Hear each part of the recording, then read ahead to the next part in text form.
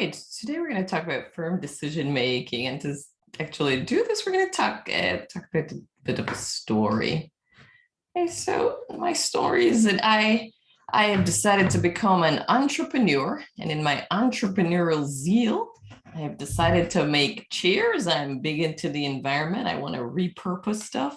So I have a friend who collects junk, and I'm able to just go to the junkyard and get materials. We put together artsy chairs. Okay.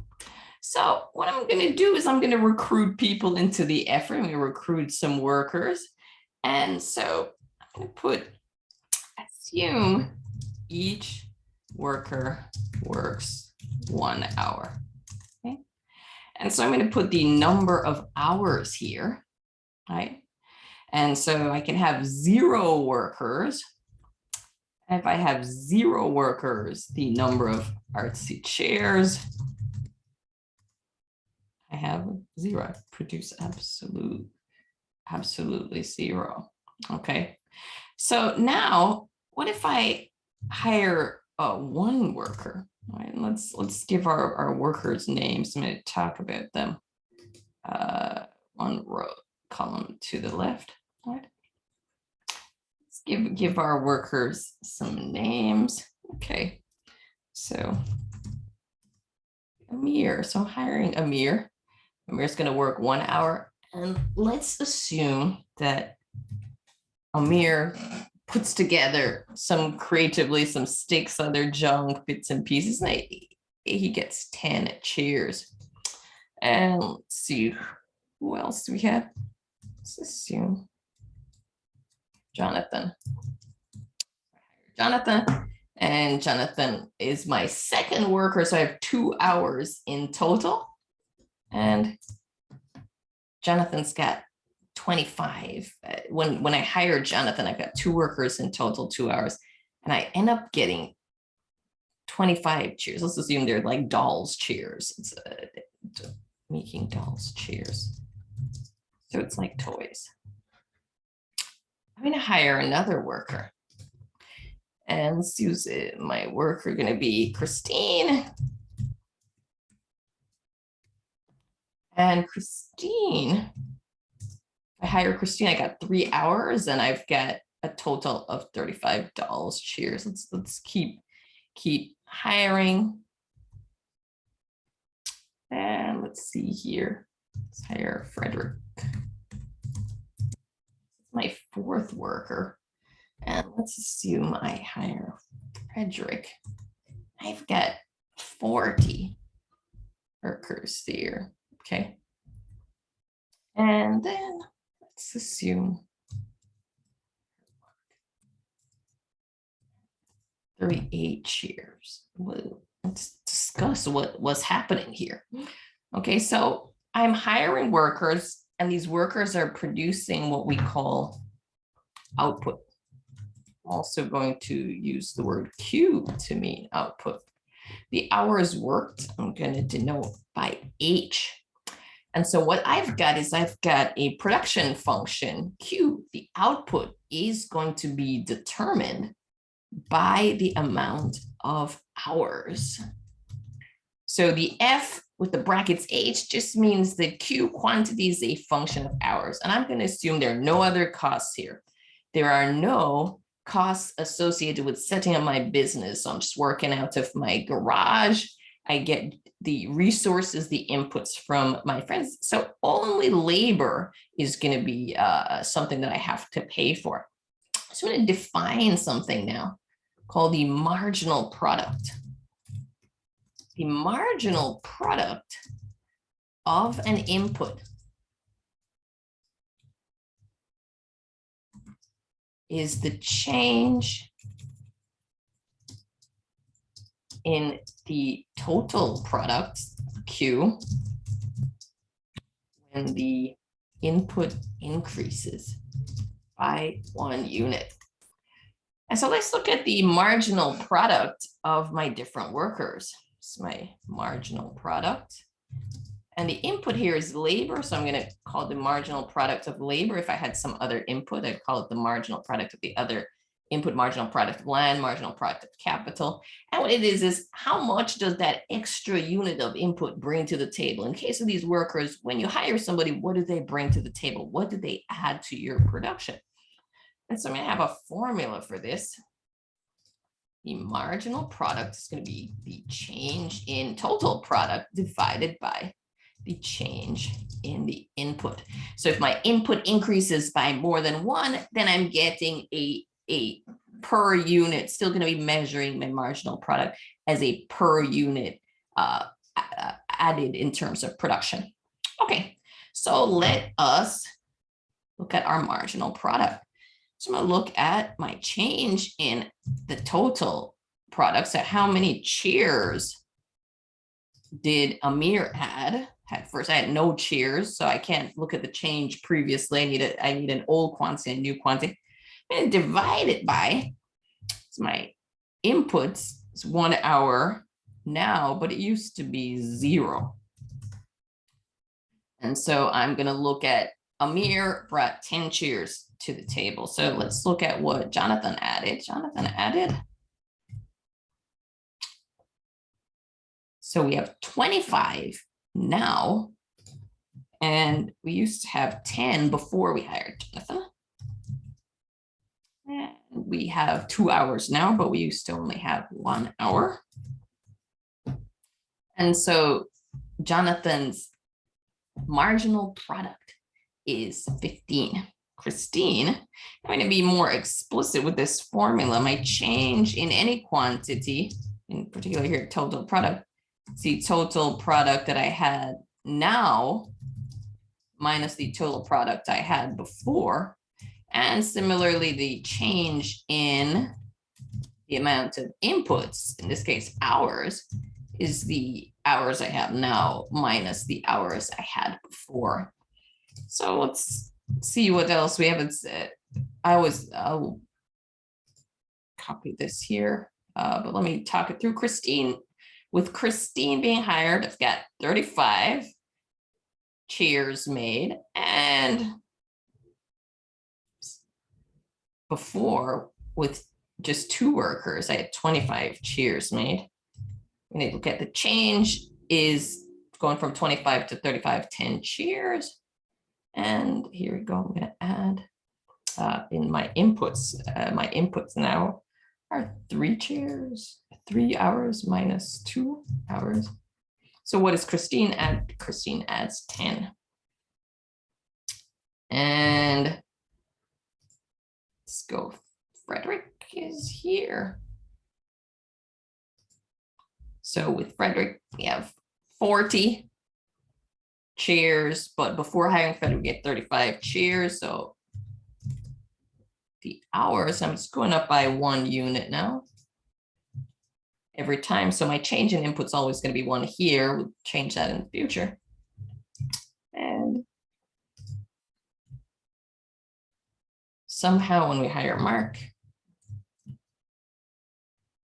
we have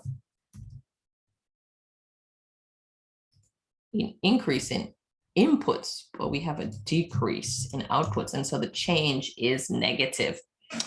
Okay, so the marginal product of labor is what does the additional unit of labor add to your output.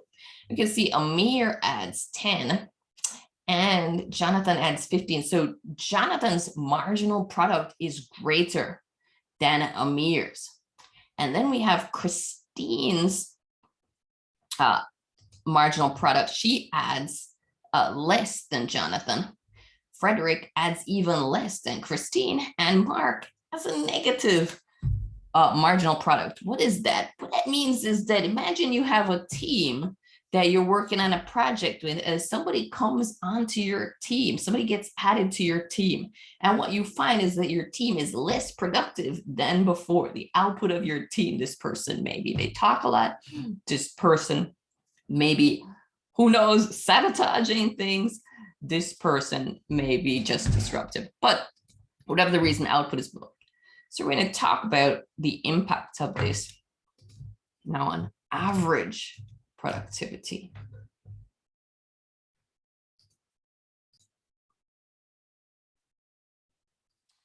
So our average product of labor, it's our input, average product, it's going to be like any average, it's going to be a total divided by the number of units of labor, H. And so I've got the output here. This is my total product. I'm going to divide it by my hours, and I'm going to end up copying this. See, I'm going to get rid of the last two.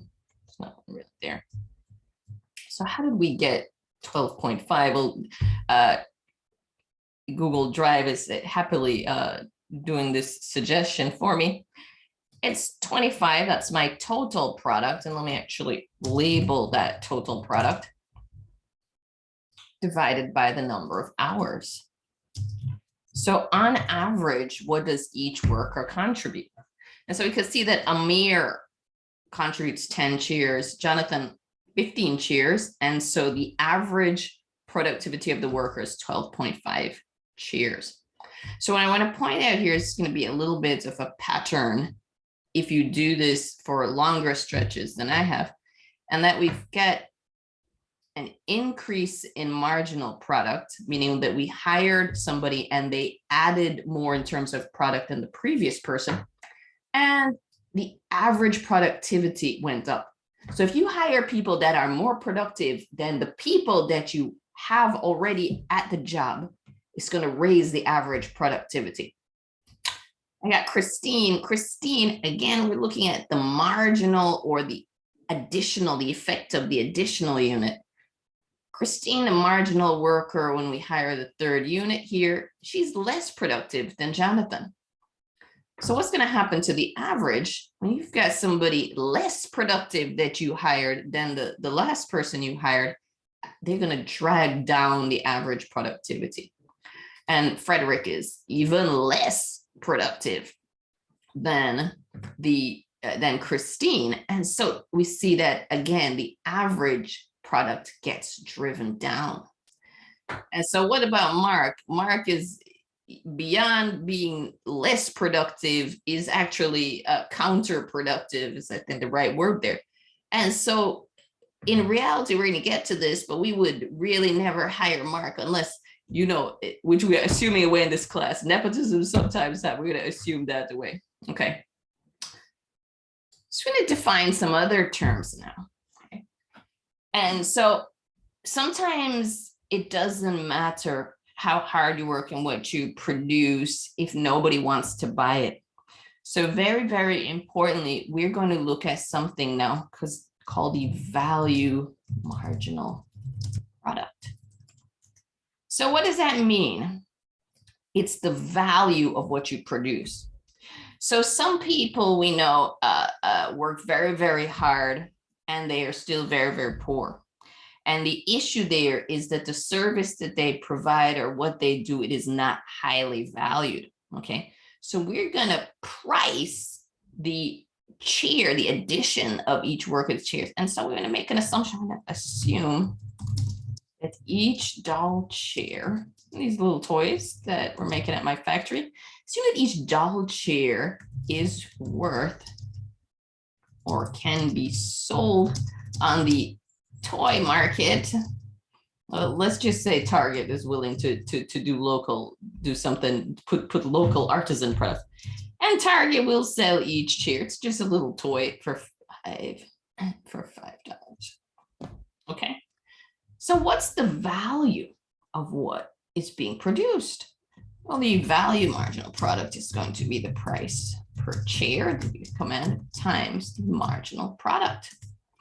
And so I'm going to multiply my marginal product times $5. And so let's see, we want to be careful here. It's multiplying the right thing. Yes, it's 5 times 15 gives us 75. 5 times 10 gives us 50. 5 times 5. Okay. And actually, come back to Mark. We're not going to end up hiring a Mark. leave Mark out of the equation for now. Okay. And so the value of what Amir produces is $50 worth of product. Jonathan produces $75 worth of product. Christine produces $50 worth of product, and Mark produces $25 worth of product. Okay. Now, let's start to look at our costs of production. And what we have to think about is, what do we have to pay our workers? And let's assume that we pay our workers $25 an hour. So assume that we have,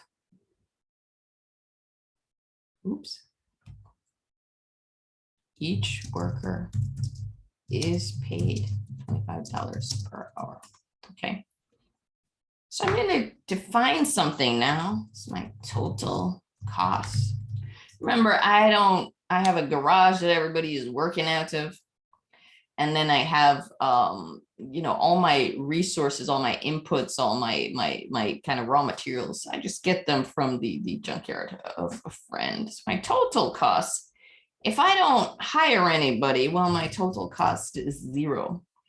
But if I hire Amir, 1 hour, every worker, simplifying, this is working only 1 hour, I'm going to pay $25. If I hire 2 workers, 2 hours, then so total labor costs, $25 times the number of hours. And so I put that in directly as 25, but let me actually put it in as a formula. 25 is my wage, times the number of hours.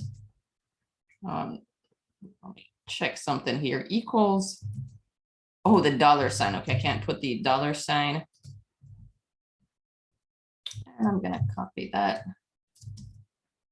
So that's my total costs. I'm going to define something now called my marginal cost. And my marginal cost, very similar to the marginal product, it's going to be the change in total cost. So our marginal is always a change in some total. Divided by, now we gotta be careful here, the marginal cost is going to be the marginal cost, or the additional cost that I incur when I try to make another chair or another product. So it's going to be the change in Q. So how do I get that? Let me actually do a little more detail in the first one. So what's my marginal cost? Again, I need an old cost, marginal cost of the additional chair.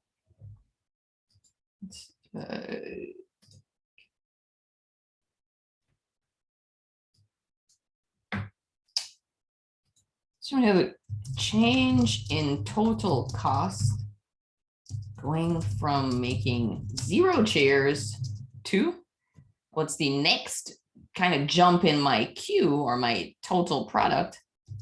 It's 10 chairs, right? So I'm looking here, I'm going to calculate the marginal cost after I hire the first worker. All right, so let's actually want to try to make that just kind of make that just noticeable there. That's the calculation I'm doing over here. I'll highlight it in a minute. So what's my change in total costs? It's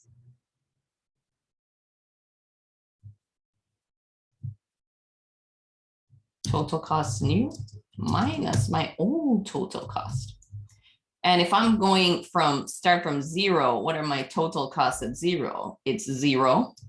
And my new total cost is 25. So my change in total cost is $25 minus $0, or equal to $25. That's my change in Q.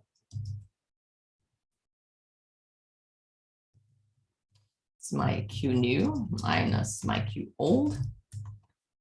And that's going to be equal to, it's my, not dollars, my Q is 10 now, right? When I hire Amir.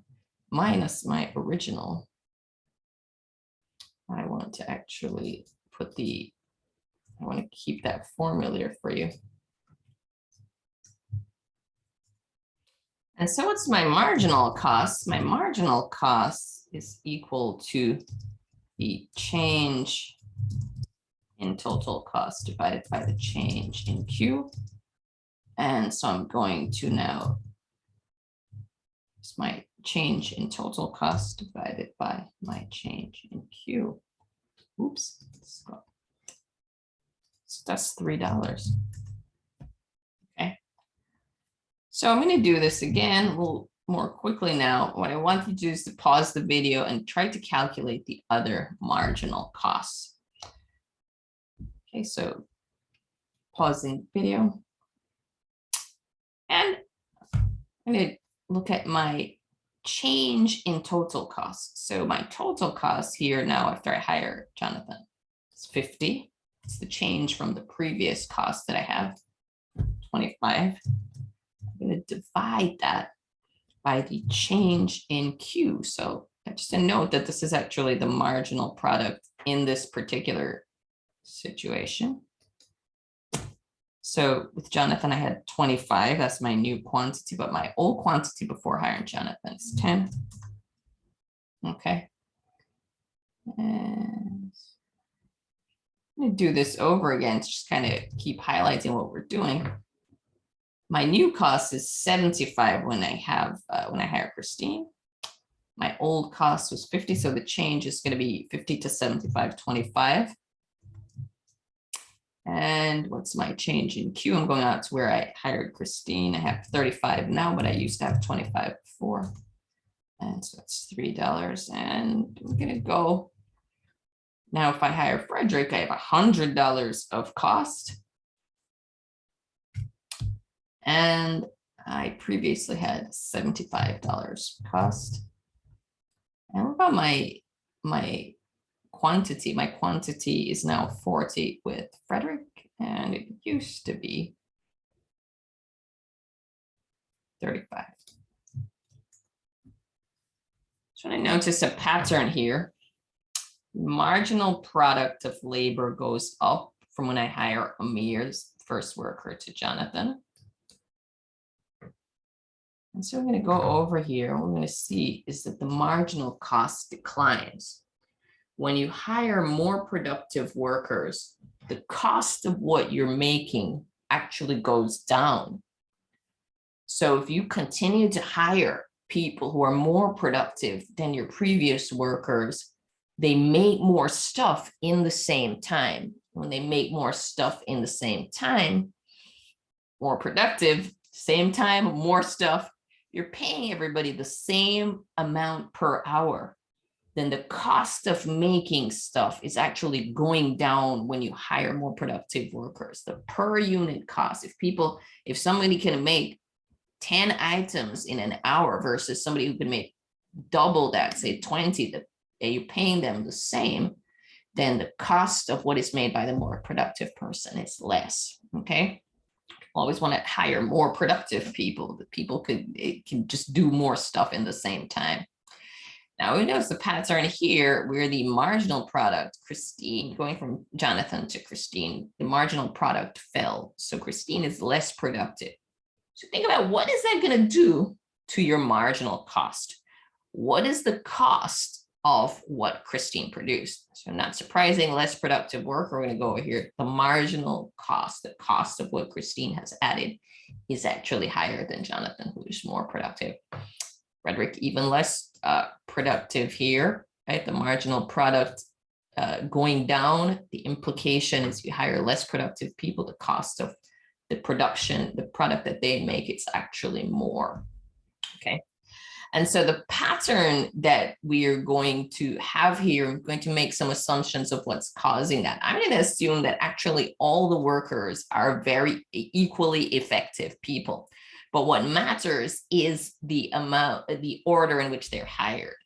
So what does that mean? It means that whoever I hired first, whether it would be Mark, Frederick, Dean, there's nothing personal about that's going to change. What's happening is that if I hire one person to work, they have to do absolutely everything in that production process. And so if I'm particularly bad at doing something, right, then what's going to happen is that I have to do that because I'm the only worker there. So Amir being the first person, they have to do every single step, whether it's gluing and so on. And so what ends up happening, the second person who's hired, and we all know this when we work with teams, we try to figure out who's good at what, and we try to put people doing what they are relatively good at. And we're going to get to that. Relatively is a big deal. And so when you're relatively good at something, you could do it a bit faster. And if the other person is relatively good at something different, so it's very important that the other person is different, then you both kind of do what we call specialize. You are doing what you're good at, they're doing what they're good at. And it turns out that that can actually increase total product. So this expression, the sum of the parts is greater than the whole. Okay, so what happens when we hire Christine? So the specialization the falling marginal cost or the benefits of specialization, they may happen very, very over a longer time. I'm just kind of being quick about it here. So what happens? I've got everybody in a garage. There's certain tools.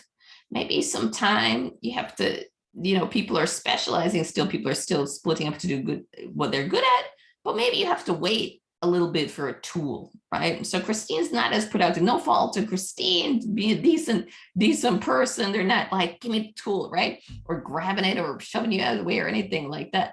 And so what's going to happen over time is that you do have what we call fixed factors of production. You do have things that you need. Now, I'm not paying for everything. It's just lying around my garage. But if people have to, say, wait for somebody else to do something, that's time where they're not producing. Okay, so it's not a very efficient production process here. They're doing the best they can with what they have, but might require some additional inputs to get more product out. And let's assume, again, we hire another worker, but now we're in the garage. There's stuff, being hoarded in the garage. Is not going to be easy to move around. Maybe, you just kind of squeeze together around a tiny table. There's a card, right? Just terrible working condition. But you got a limit to the number of people. People are still, though, adding. So Frederick still adds to the production, but the space is tight. Okay, and we're still having more waiting, but for even imagine if you had, say, 2 tools that you're working with. Now you got 2 people waiting for tools, right? And so what happens at the end here? So it could get to the point where you're so tightly all sort of in one spot, and you kind of now are elbowing each other, and therefore it's messing up some of the chairs and they become unusable, unsellable. But something happens where you've got too many cooks spoiling the broth kind of situation. You've got somebody coming in and there's just not enough room for them. You don't have enough capacity for the additional worker who could possibly be productive if they had enough tools to work with. Okay. And so these are some of the patterns that we see actually in real firms. Now, they may not be as tightly condensed as what I have here, but the important thing is the link between marginal productivity and the marginal cost. You add more productive workers, or if your inputs, you're adding an input and it's more productive than the previous inputs that you have. In particular, if it's more productive than the average product you had, then the average product is going to go up, right? So the marginal or the last worker you hire, if they're more productive than average, they're going to track up the average, okay? And so we have to talk about another particular thing here. Let me change the format and let this wrap here. Get it all fitting on the page. I want to talk about average cost. And so what's going to be average cost? Average cost, very much like average product. Average cost is your total cost divided by Q. And so let's So with my average cost, I'm not going to divide by 0. Just division and repeated subtraction. How many times can I take 0 from any quantity? I just keep taking that forever. So not going to define that. So average cost, I'm looking for my total costs here. Here we go. I'm going to divide by the quantity of chairs. So let me actually see, I'm using this interchangeably. TP. That's the notation that I want to use there. All right. And so the marginal cost equals the average cost there. The marginal cost of the next set of quantity that we produce, that next product, that's lower. So let's even think about before, what do we expect to happen to average costs if we see that the marginal cost of that going from 10 to 25, the per unit cost is $2 is less than before. So let's see. I got my total cost. I'm going to divide by my Q. And less. All right. So I'm going to go back to my total cost divided by my Q.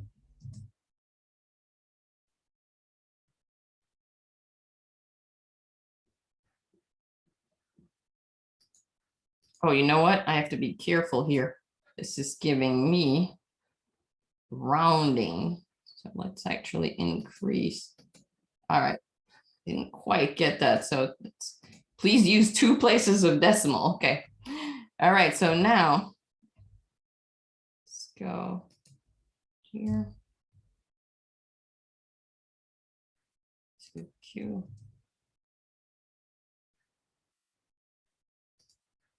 Get my 2 places of decimal here. Okay. All right, let me check my math here. I was going with the formulas. So my total cost is 25 divided by 10. That's $2.50 each.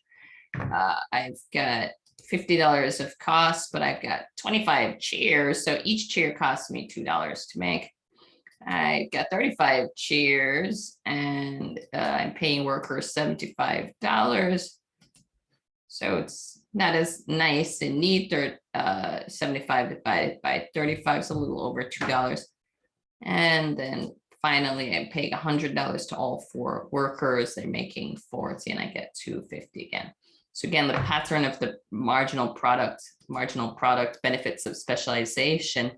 Marginal product increases, marginal costs decrease. The marginal product of labor if it increases, then our marginal costs go down. If the marginal product of labor decreases, then the marginal costs go up. What's happening to average costs? I'm going to compare the marginal costs of the previous units to the current marginal cost. If your marginal cost is decreasing, it's going to drag down the average. If your marginal cost increases, it's going to drag up the average. And this is going to lead us to a very particular pattern that I'm going to draw in the next video.